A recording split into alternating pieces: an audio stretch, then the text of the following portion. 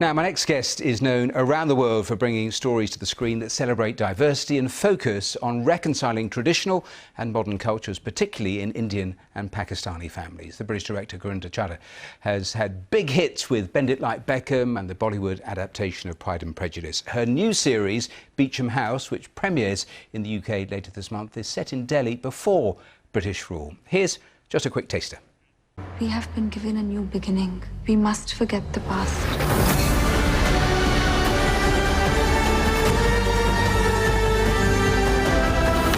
My last home was full of secrets. I will not tolerate the same here. You must not tell a soul. No!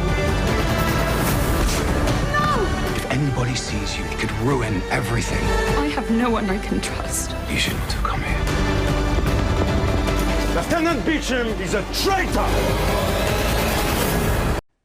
Well, I'm absolutely delighted to say Gurinder Chadha joins me live now in the studio. Welcome here to the programme. I was reading a quote from you a little earlier saying having Indians in period costume on prime-time British television where their lives and loves are important as their white counterparts is a flipping radical thing. Is that radical?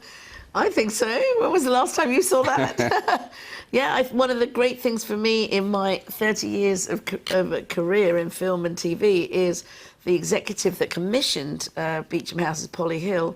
The first thing she said to me was, in a show like this, the Indian characters are just as important to me as the English ones. Make sure you tell their stories too.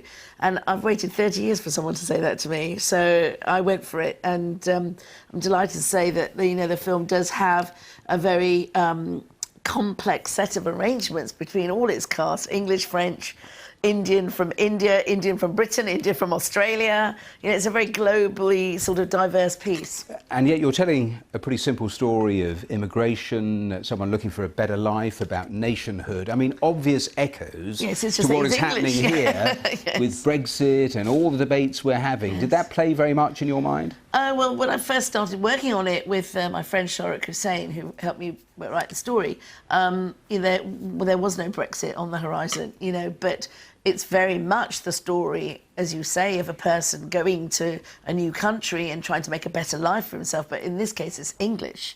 He's English, and the English are there, trying to make India work for them in terms of trade. So no one's quite told that story from that perspective before, and that's why it resonates today with immigration, refugees, and Brexit. You say no one has told that story. It's interesting, in other comments you've made, you've talked about how most British children in schools aren't even told now about the British Empire. I mean, do you really think it's simply a missing chapter out there? And if it is, why?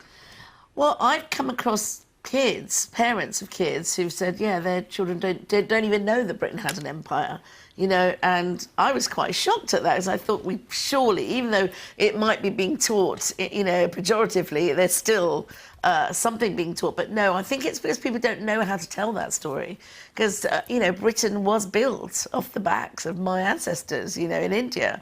And how do you go about telling that story, particularly today when most people believe that immigration to India or most countries happened sort of in the 60s and 70s?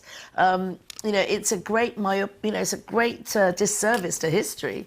And if there was a strand that goes through all of your works, I mentioned it, Bend It Like Beckham, but there was Bargee on the Beach. There's Viceroy's House. But it all revolves around, or a lot of it revolves around, the sort of duality of what first generation, second generation, third generation actually believes or impacts on their lives, doesn't it? Well, that's certainly Bend It Like Beckham, and that's certainly my new film, Blinded by the Light. But with Beecham House, it's about going back and looking at history from a British Asian perspective. That's what it does. So for me, when I see the rise of the right, for example, in this country and in other countries, it smacks of people not really wanting to know their history and not really wanting to look at why people like me and my parents were in England. Why is that? We didn't just turn up here, It's because Britain was there 250 years ago, and Britain was built from India. And what I love about your films is the way you sort of challenge just ordinary ways that so many films actually portray things. I mean, Bend It Like Beckham was an absolute classic, wasn't it, in terms of what you got the central character. Well, I think the politics is there, but you've always got to remember film, for me, is also entertainment.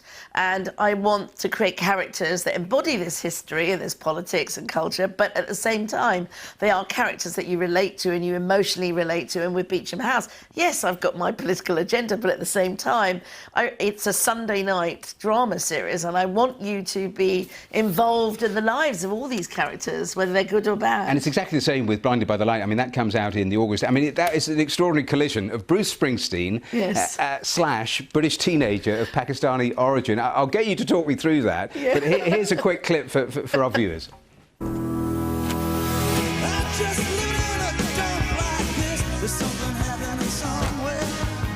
You should be listening to our music before you start getting confused and hating yourself.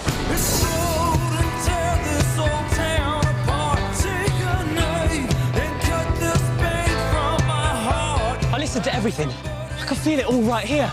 It's like Bruce knows everything I've ever felt, everything I've ever wanted. My poems, they're not brilliant, but they're mine. Do you think that this man sings for people like us? But he talks to me. You cannot be serious, mate. That looks absolutely great. Just tell me in brief terms what you were trying to do there. Well, the film is inspired by the book by Safraz Manzoor, who grew up in Luton and found a very depressing time, a lot of unemployment. It was 1987, and his father gets laid off, and he has to go out to work, but he wants to be a writer. And through the music of Bruce Springsteen, he finds a voice and he finds a way of following his dreams. Just a final thought about diversity, because you said your buzz phrase is effortlessly diverse, the teams you use in actually making these films. I mean, that is so not the case in terms of the broader Hollywood, Bollywood, everywhere you look. In terms of how you make progress on that, what is diverse, what is not diverse, you've got strong opinions on that. Well, I think that there is a lot of chat about diversity now in many countries, and I think the answer is not necessarily to stick a person of colour behind the camera, in front of the camera, and just let them be there and not listen to them and listen to their ideas, because I think true diversity is when you see the world from that perspective, which is going to be different to the mainstream. And so you've got to be brave enough to let those stories, those ideas and those perspectives speak. That's true diversity. Well, Gurinder, it's been an absolute pleasure talking to you. Thank you so much for coming in and joining me here on today's programme. Just